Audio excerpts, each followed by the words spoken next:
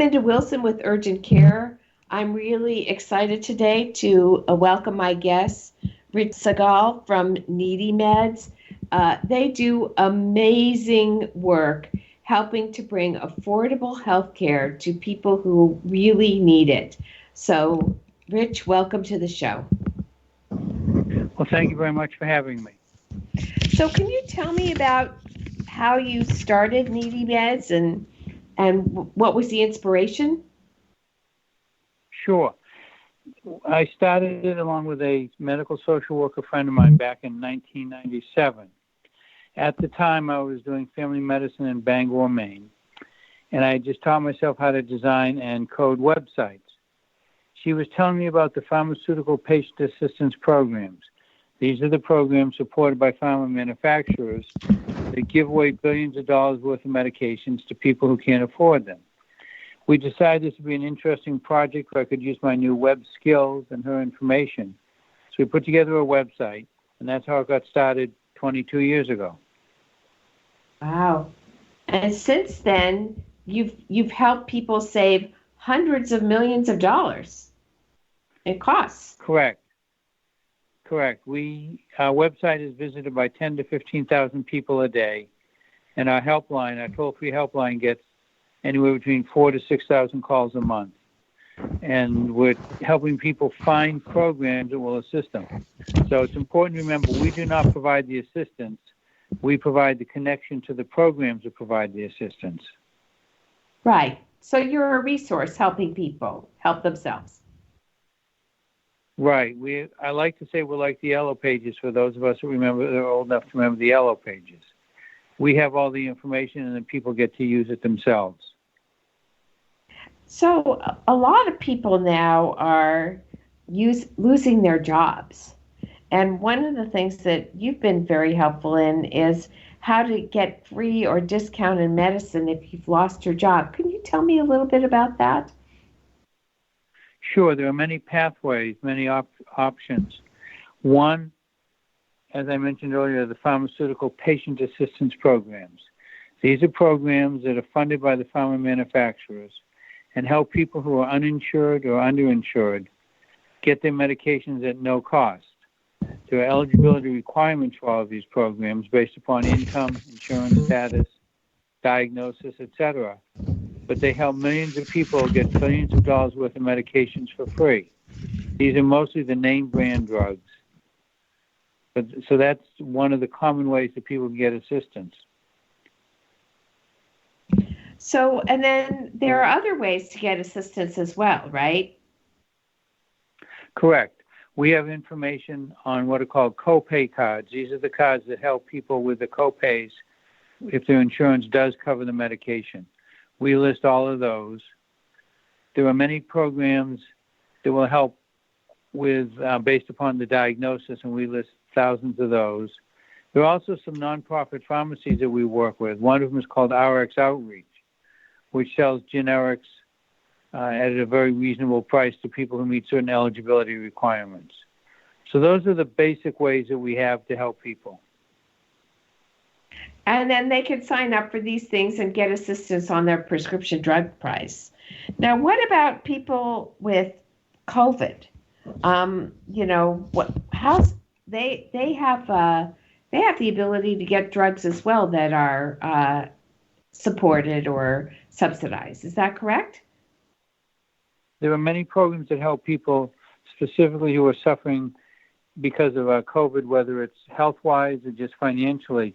And we've put together a special section for those. So if people go to the Needy Meds website, if they go to www.needymeds.org/COVID, it'll take you to a listing of probably 250 to 300 programs throughout the country that are specifically aimed at helping people with COVID.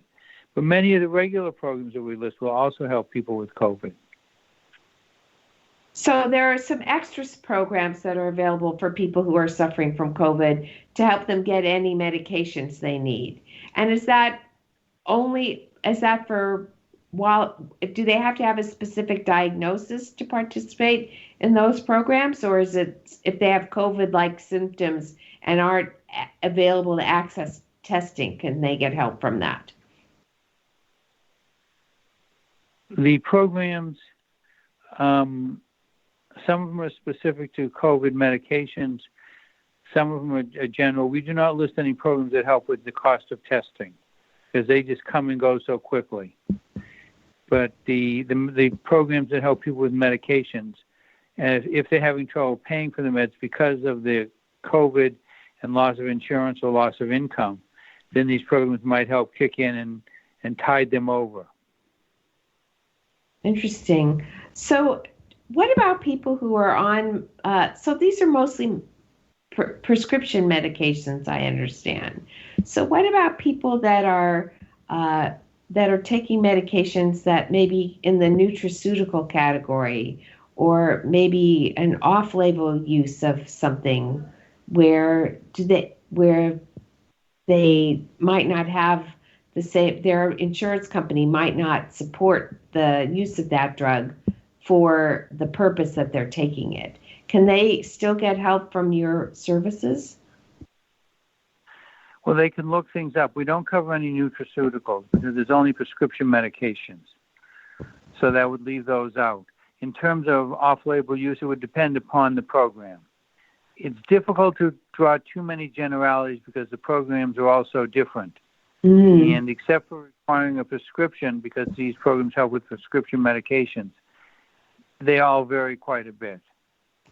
I see. So once you're given the prescription, that's when you can come to the table, your website, which is needy, needymeds.org, and sort of see what options there are for support for you. Is that correct? Precisely. If you go to the website, in the upper left there's a drug lookup box, and just type the name of your drug in there, and then it'll give you all the information that we have about that product. So that's the easiest way to do it. Now, and again, if people have using the internet, don't have a computer, call the toll-free number. And that's 800-503, 6897, correct? Right, correct. Okay. Now, President Trump recently came out with an executive order talking about slashing prescription drug costs. What do you think is going to be the effect of that order, if any? I don't think it's going to have a big effect. He's talking about a number of different aspects of the drug pricing scenario, which is very complex. He was talking about kickbacks by the middlemen and saying that should go to Medicare. My understanding is he's wavered on that position quite a bit, and I doubt we'll see it happen. He was talking about federally qualified health centers that buy drugs very inexpensively. Some of them give them to patients. Some of them sell them. And he's just trying to get it so they don't make a whole lot of money when they sell those drugs. He talked about importation of prescription medications from other countries, which a lot of people have talked about, but really hasn't made much of an impact. It may help individuals, but in terms of the total system, it doesn't help. And there are a number of problems with getting drugs from foreign countries. Just because a pharmacy has an address in Canada or Great Britain does not mean you're getting drugs that are made up to the same standards as the drugs we use. There are lots and lots of problems and lots of reports of counterfeit medications coming from foreign countries. So unless somebody goes to Canada and gets a prescription filled at a brick-and-mortar pharmacy that they know is monitored by the Canadian government, I would not do that. So those are some of the things that he's talking about. Right. People are risking their health when they go overseas because there's no regulatory supervision of those drugs when they come into the country. So you don't necessarily know what you're getting. Precisely. If you do it by mail order, you just don't know. And a lot of people are scammers. I mean, people don't seem, just because you're sick doesn't mean they'll stay away from you if they think they can victimize you, especially if you're sick and vulnerable. That's correct. And many of the times the drugs that we get that are imported, when they analyze them, may not contain any of the active ingredient, may contain other products besides the active ingredient and the accepted fillers, may vary quite a bit in the amount of the active ingredient they contain, or they may just be sugar pills. So you really don't know what you're getting. And I strongly recommend against getting them from a foreign mail order company. So, given that we're looking into the United States and we have these subsidies, you developed this Needy Meds drug discount card. How does that work? Right, that's a free card that anyone can use, and you can save up to 80% off the cash price of prescription medications. Now, you cannot combine it with insurance, Medicare, Medicaid, or other state or federal programs, but if you're paying cash out of pocket for the drugs, there is a potential for saving hundreds of dollars off the drugs. It varies quite a bit from drugstore to drugstore and medication to medication. As I said, it's totally free. There is no registration, sign-up, or enrollment. And unlike many other drug discount cards, we do not track by individual. So we do not know who's using the card or who's getting what medications. Other companies gather that information and sell it or use it for marketing purposes. Oh my goodness. So just by signing up for some of these cards, you get targeted, whereas you preserve the anonymity of the patients. Precisely. We do not know who's using it. We do not get that information. Interesting. That's exciting. That's a great benefit. And then, so if you're if you're not if you're a middle class person and let's say you're struggling financially, but you're not poor enough to qualify for Medicaid, can they still use these cards? Anyone can use a card. There's no income requirements. Jeff Bezos could use a card if he was getting a medication that was not on his prescription plan. Sometimes the card will actually give a better price than the copay, but that's maybe 10%, 5 or 10% of the time.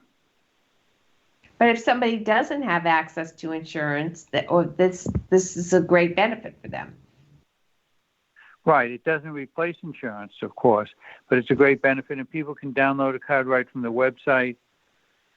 And the website has information on how to get it other ways, or you can give us a call at the toll-free number, the 800-503-6897. Because aren't most of the other programs tied to income, so people who are generally people below the poverty level get to participate in them? Not a lot of the drug subsidy programs are for people that are, earning $50,000, $60,000 a year. Correct? It depends on the program and the individual's insurance status. There are programs that will help family of four making $60,000 or $70,000. It really depends on the program. That's why I urge people to come back to the website and check regularly, because the information we have is always being updated, added to. We're listing new programs all the time. We have a staff of 10 people who keep the data current. And you also have sort of an advocacy platform as well. We have webinars. You help to educate people. We definitely help to educate people. We work with many other organizations, and we put on 4 or 5 webinars a month on different topics. Some of them have to do with healthcare costs. Some have to do with specific diseases or conditions or illnesses. Some are just general health topics. So they're listed all on the website, and we encourage people to come. Of course, they're free. We never charge individuals for anything we offer. Have you found certain pharmacy chains are better for people to do business with than others? Not really. It really depends upon the pharmacist. We've had wonderful experiences with pharmacists at all the major chains and all the minor chains and all the independents, and some of them are not very interested in helping. I like to say that one way to categorize pharmacists is those that have patients and those that have customers. Those that have customers want to count the pills, collect the money, and say goodbye. Those that have patients want to help people understand their medicines. make sure there's no problems, help them get the best price, and work with them. And I can say that the chain or where they work does not reflect necessarily which type of pharmacist they are. So how do you feel? So it's building a relationship with your pharmacist in your local pharmacy that will probably yield you a better result. They can be more helpful and they can work with you to sort of improve your financial status. Is that what you're saying? Many of them will. One of the issues that's interesting is the prices will vary considerably from pharmacy to pharmacy. And you run into a paradox in that it's best to have one pharmacy, if you can, to use one pharmacy because they have all your drugs in the computer. They will know if you're taking duplicate medications that will interact with each other or cause other problems. On the other hand, you may find that pharmacy A offers the best price for a couple of your drugs and pharmacy B is considerably cheaper for the other drugs. One thing I recommend to patients is if you're cash paying, if you're not a copay, but paying for the whole drug for yourself, it always helps to ask the pharmacist, is that the best price you can give me? Because sometimes there are cheaper prices, but you have to ask for it. Even if you have insurance, sometimes cash paying for the total cost of the medication is cheaper than your copay. So it really never hurts to ask, is that the cheapest price? You can't lose. So basically what you're telling me is shopping around means going to different pharmacies if you're looking at price comparison between pharmacies, but even when you're inside the pharmacy, asking the pharmacist if there's an opportunity to get a better price on a medication will help you. That's right. So you should always do that because sometimes, depending upon the insurance contract, they may not be able to offer you a cheaper price. But if you ask the question, is this the cheapest price you have, then they can help you find a cheaper one. Sometimes they'll pull out a Needy Meds card and say, let's see what the Needy Meds price is. And that may be cheaper than the cash price. It's really a difficult situation. It's sort of like buying a car. There's a sticker price, but there's what you're actually going to pay, and you have to negotiate. You wouldn't think you could do that with drugs, but you can.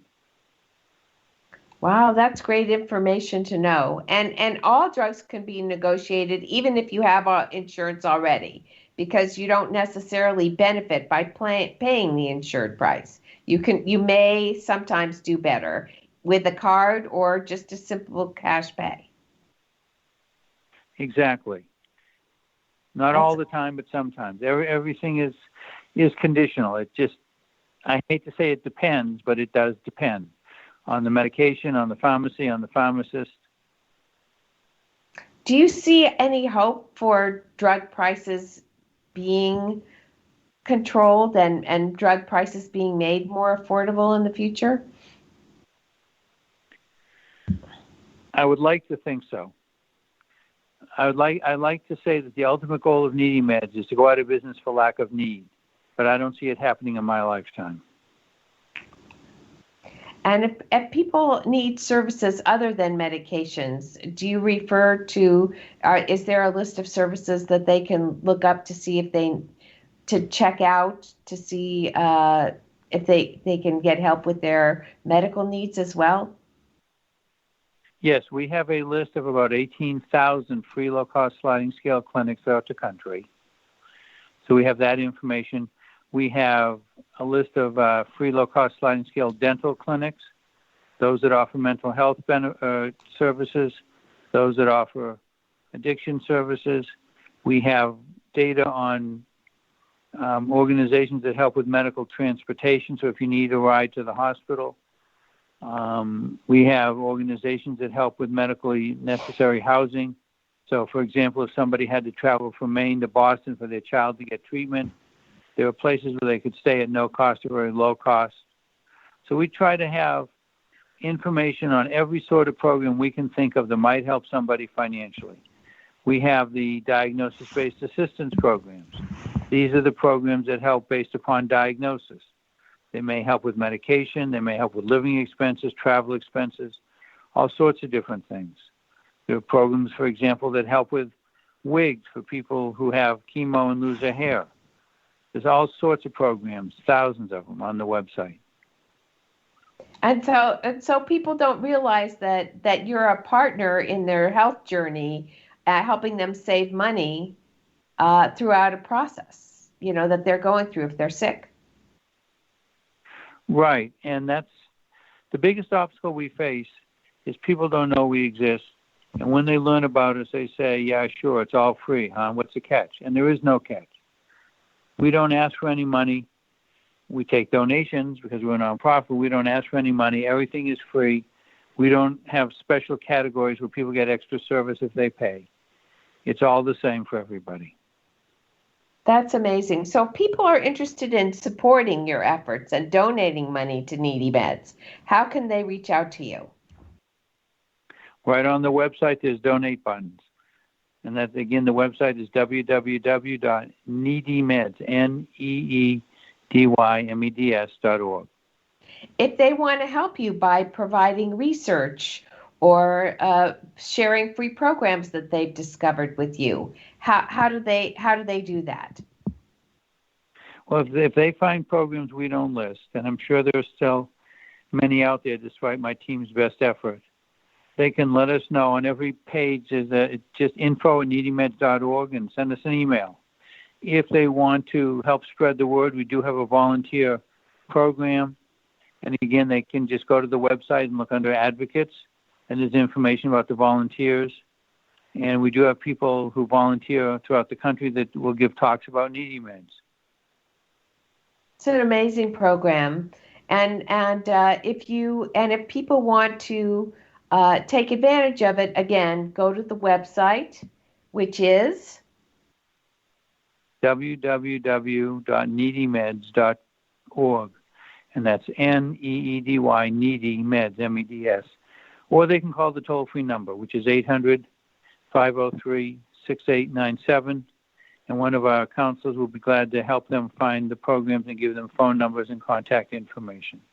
Right. So you get to talk to a person. It's not an automated system. So if you're looking for help, there's a person on the other end of the line who can help you.